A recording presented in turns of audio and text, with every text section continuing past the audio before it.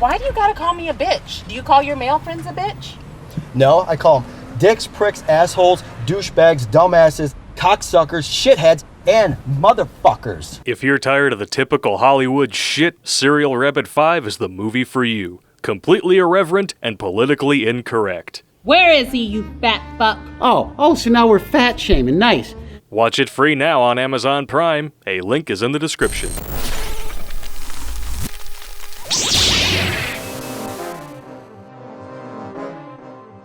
What's up, you force-choking fairies out there? Terrence Popp here, Redonkulous.com. Bad Pop showed up, and make no mistake, I got bad news. Welcome to the second week of Star Whores Month, and I hope you poured yourself a menagerie because you and we're gonna need it. Because today we're going over 10 things we actually like about the prequels. Oh God, I need a drink. I don't know if there's enough booze on this bar or that coarse, irritating sand. Kind of like bazooka juice. It can be irritating and go everywhere if you're not careful, you know what I mean. Especially when you're confronted by hot politicians dressed like this. Oh yeah, the écolatage, bring it on.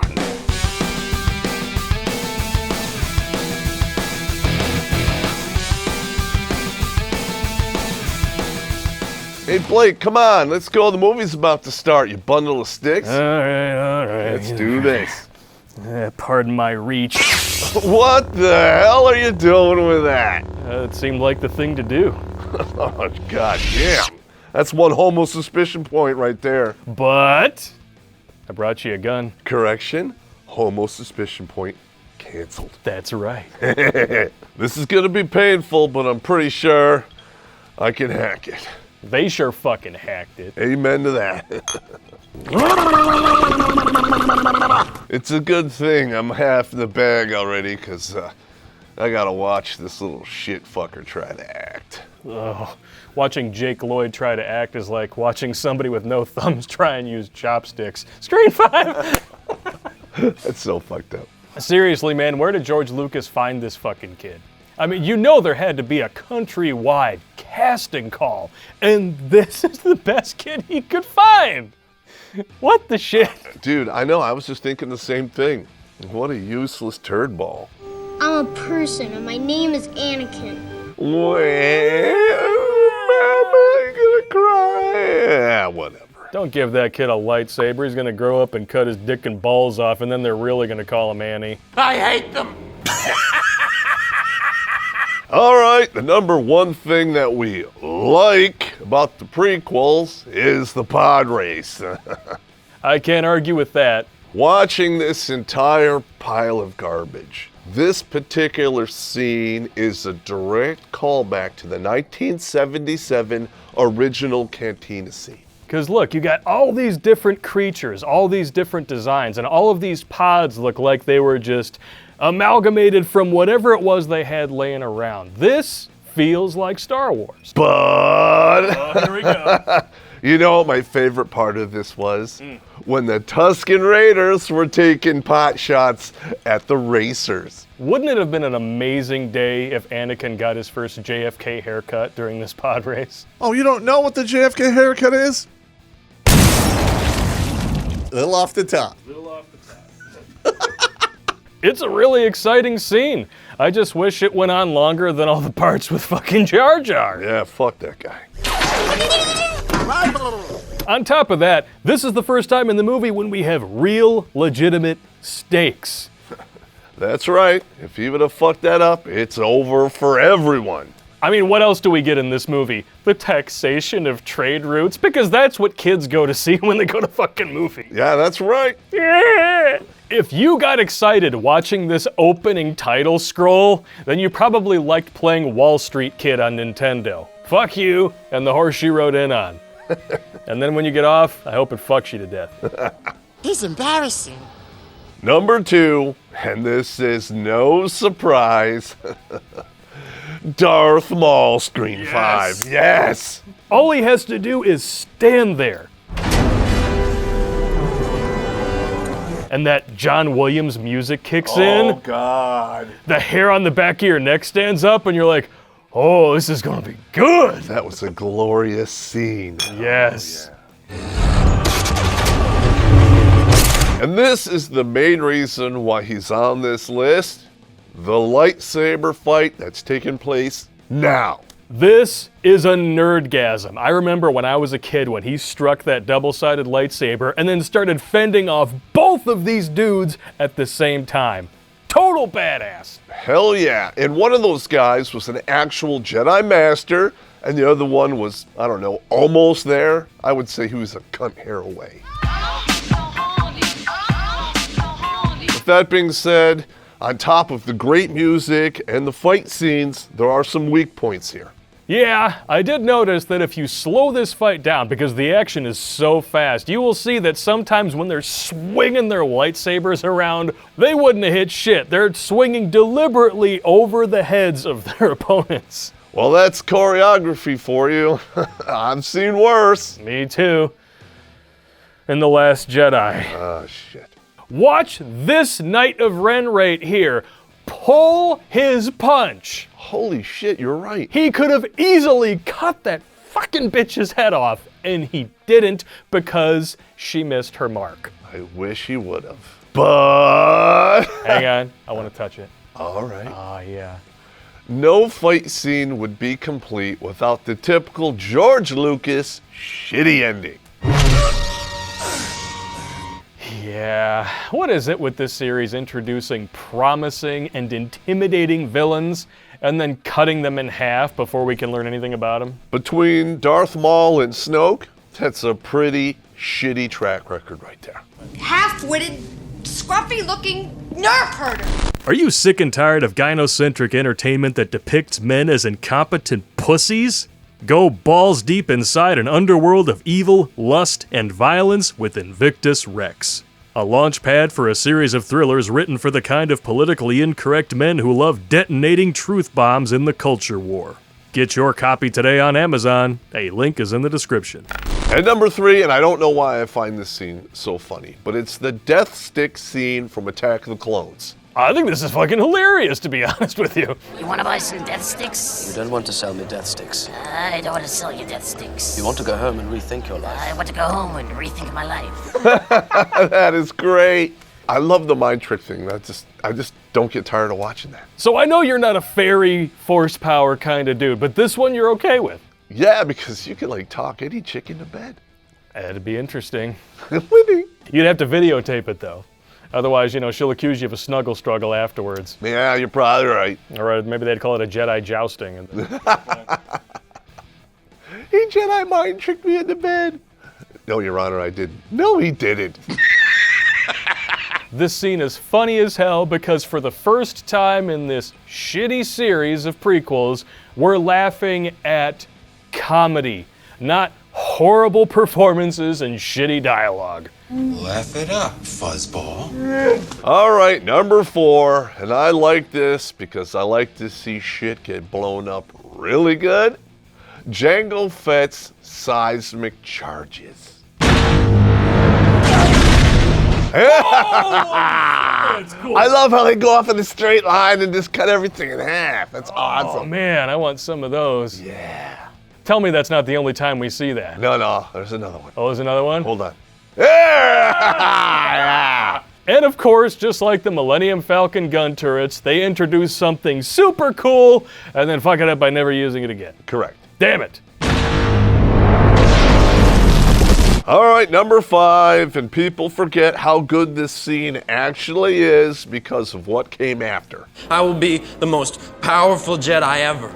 After watching that, it's easy to forget that Anakin laid waste to an entire village of Tusken Raiders single-handedly. And don't forget, 30 men went into this village to retrieve Anakin's mother, and only 4 men returned, 1 minus a leg. And this dude takes them out single-handedly in one night. While having a temper tantrum, Screen 5.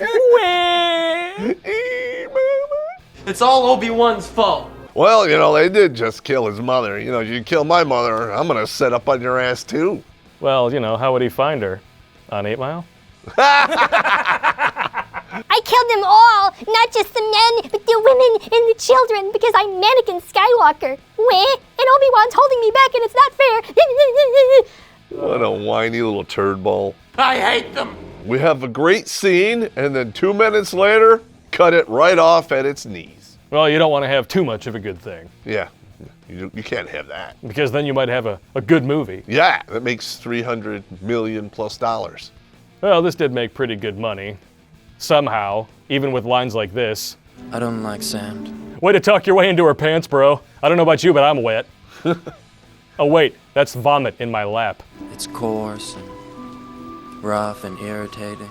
After listening to dialogue that bad, I believe we need a halftime pick-me-up. That sounds like a great idea. Let's do it. Oh, here we go. Oh, here we go. Make sure you cover everything up. Oh yeah, you know, you don't want to show off too much. No, we don't want any dials and pegs or landing strip popping out and getting us demonetized. But underboob is good.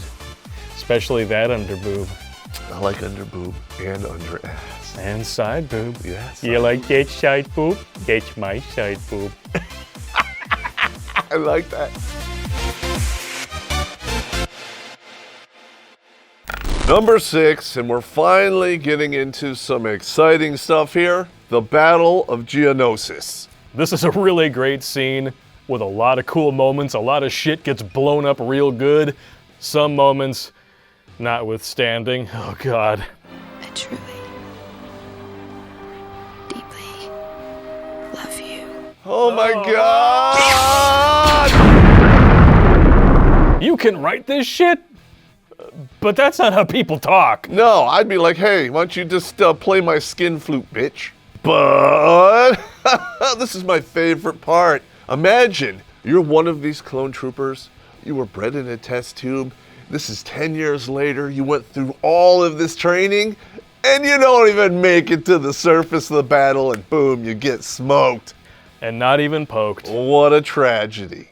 Just look at that dude in that clear bubble, shooting that beam thing. He's just waiting to get smoked, or it gets ripped off and he dies. Yeah, I mean, that really can't offer that much protection. It looks like it came right out of the fucking dumpster fire of a Discovery Zone. Yeah, I wouldn't do that job. Pop, get in the fucking bubble. No, Space Ghost is on. And of course, Pop, we can't go on without talking about your favorite part. I hate this part. Mm-hmm.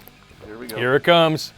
1, 2, 3. Jesus. Hate crime. Oh my God, I hate that. But here we go.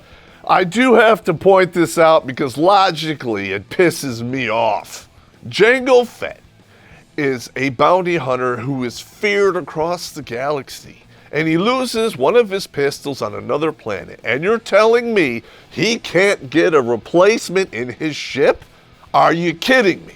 He deserved what he got for going into battle half-armed. That is a valid point, and consider this. He already took out a Jedi with 1 blaster. He sure did. Oh, there we go. Boom! Just imagine if he had 2. And here's a question I've always had.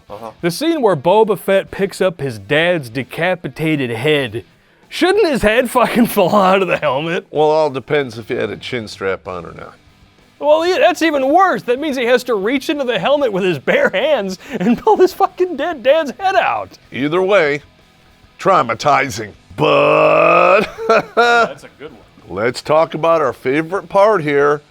Yoda kicking ass. Yes! Yeah, that little green bastard. I remember when I saw this in the theater, as soon as he walked into the room, the whole theater was like, oh yeah, this is what we've been waiting for right here. It's going down. And it does not disappoint. Nope. That little fucker can move fast. And that's another point of these movies where you have legitimate comedy, because he's flipping all over the place fighting this fucking dude, and then the fight ends, and he force calls his cane back and fucking hobbles away. Amazing. When 900 years old you reach, look as good you will not. Number 7, and I don't know why everybody calls it this, it doesn't make any sense to me, but it's referred to as the Opera House scene. Opera House, my ass. It looks like a giant aquarium. Where are the fish?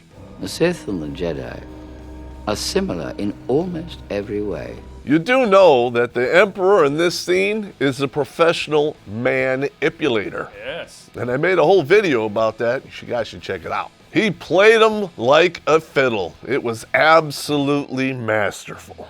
This is living proof that George Lucas is fully capable of writing manipulative, subtextual dialogue that plays to performance instead of spectacle. He taught his apprentice everything he knew.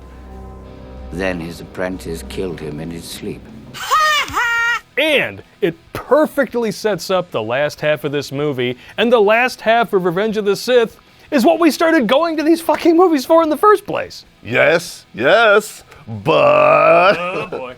We had to sit through a lot of shit to get here. I'm haunted by the kiss that you should never have given me. Now that is pretty bad, but that is some glorious colletage. What's colletage? Tits on a platter. Oh, yes. And you would have to try to put those tits on a platter. They're not very big. No, no, they're stretching them like taffy. No matter how you spin it, Ian McDiarmid as the Emperor is probably the best thing in all of these shitty prequels. Well, most of the time. No.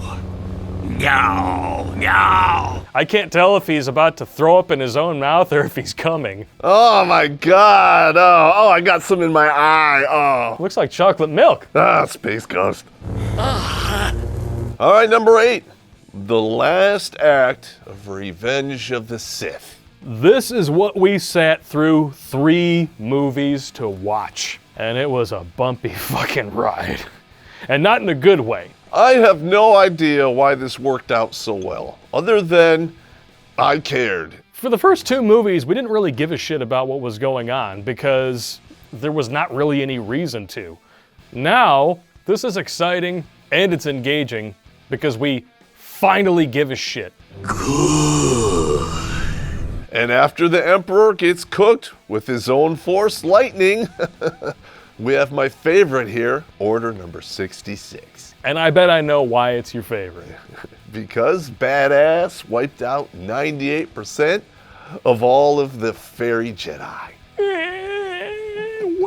Fuck him. But I think everybody's favorite part of this movie is about to come up right here. Yeah. Yoda versus the Emperor. Oh, yeah. Yeah, he just wrecks him. He didn't even touch him. I don't know what it is about Jedi trash talk. For some reason, it just works when Yoda does it. If so powerful you are, why leave? You cannot watch that scene and not want Yoda to kick the Emperor's ass. Fuck yeah, Screen 5. And of course, the lightsaber fight with Obi-Wan versus Anakin on the volcanic planet. This movie earns its PG-13 rating. I did not expect to see Anakin get burnt to a crisp, his fucking legs and his last arm cut off, screaming at Obi-Wan at the top of his lungs while his hair is burning off of his head. That's what happens when you're an evil bastard. Yeah, that's He karma. did kill all of the younglings. It's karma. That is karma for you, right? Fuck him. And he force choked his own wife. That's a dick move. While she was pregnant. Wow. Double dog dick move. Oh, yeah. Made a video about it. Check it out. I don't know, maybe she liked getting force choked in the sack. That's how the baby got in the sack. Yeah, tell me what I like, woman. While you're forced choked. May the force be with you. And your friends. What? Never mind. But, of course, before we get to witness all of that majesty, we gotta sit through this shit. Anakin, you're breaking my heart. Don't care. Shut up. Even if her performance is good, which it is, the dialogue just fucking sucks, man. It does suck. Oh, I would say who writes this shit, but we already know. We already know. Quite literally, you could just axe the first 2 and watch episode 3, and you'd be just fine. Yeah, there you go. You got a turbo dickhead corrupting another dickhead to whack everybody. All the other dickheads. That's right. There's no dickheads left. Oh, there's always a few dickheads left. Just the tip. You can't get them all. I'm glad you're here to tell us these things. In a world of cultural Marxism and political correctness gone mad, good advice is hard to come by.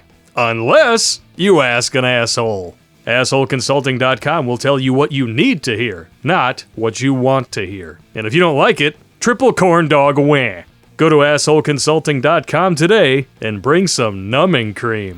Number 9. And you would think this would be a no-brainer when you're planning a trilogy of films, but now especially that we have this Disney Star Wars bullshit, it is all the more important to point out that George Lucas had a plan.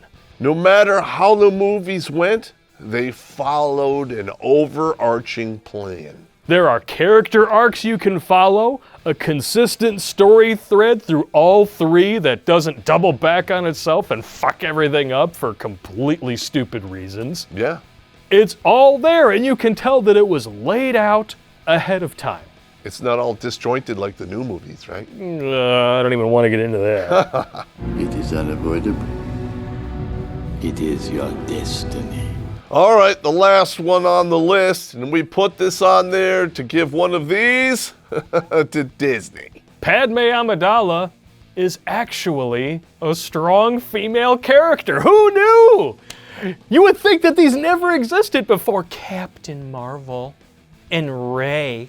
She was still feminine and somewhat of a badass. And you know what? That is consistent for all of the actual strong female characters that we all know and love. Amen to that. Have you ever been mistaken for a man? No. Have you? Yeah! Woo! Wonder Woman. Yep. 2/3 of a good movie. Yeah, and Wonder Woman was around in the 70s. I used to watch it because I love the big tits. She could tie me up with a golden lariat and force me to tell the truth. I'm just telling you. Yeah. Bottom line, strong female characters have been around since before all of this politically correct nonsense existed. But now you look at today's idea of strong, independent women, and you've got Brie Larson playing Captain Marvel, somebody who breaks a dude's hand and steals his motorcycle and his clothes because he tells her to smile. And of course, we have Rey, who can use anything in the Force with no training whatsoever. You know, it took Luke 3 movies and losing a lot of his closest friends to learn how to do the Jedi mind trick, right? Yep. Will you shoot this fucking bitch for me? Boom! I'm not sure if the soy boys and the cuck manginas and feminazis out there realize this, but when you idolize women who behave like men, you're idolizing masculinity. Sounds kind of misogynistic, don't you think? Yes, it does. I love you. I know. All right, let's take a look at Padme. She ruled over an entire planet as a child. And after that becomes a senator and places herself front and center in the fight for diplomacy when everyone else wanted war, even as her ships are being bombed. And when shit hits the fan, she's shooting blasters, riding on those alien beasts, doing everything men do just fine. But she does all of that without sacrificing her femininity on the altar of identity politics. Amen to that, brother. She dresses like a woman, acts like a woman, brushes her hair like a woman, and even when she finds out that she's pregnant, is willing to give up her career in politics to embrace the roles of motherhood. And after her husband pulls the dick move of force choking her outside the bedroom, if you know what I mean, she clings to life just long enough to ensure the survival of the next generation. Amen. That is a strong female character. Take notes, Disney, you fucking hacks. That's how we're gonna win. Not fighting what we hate. Saving what we love.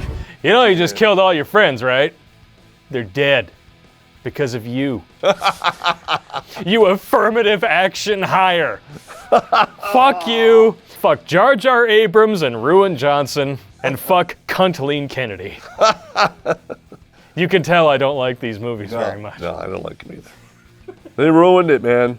I have a bad feeling about this. I hope you enjoyed that, and I'm sure we're going to get a lot of shit about it in the comments, but you go right ahead. Let the butthurt flow through you, and you'll discover the secret So what, I don't care. Opinions are like assholes. And I am one, and my opinion counts. We're probably gonna get demonetized or moved down to a limited state, so please go to redonkulous.com/donate and help us out. Disney is a little butthurt right now, and we were slammed with 2 copyright claims before we even posted last week. If I flushed 40 years worth of a franchise and $4 billion down the toilet, I'd be a little sensitive too. But it looks like I'm gonna pay good money to see Cries of Soy Woker, so you won't have to. Oh my God.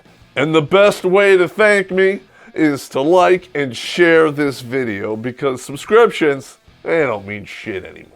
And that's why you should follow us on Brighteon and BitChute, links in the description. But that last one was just for me, and if you don't, that's just fine. Because I'm gonna be back next week, and if you're real nice, I might just let you touch the lightsaber. I can't believe I said that.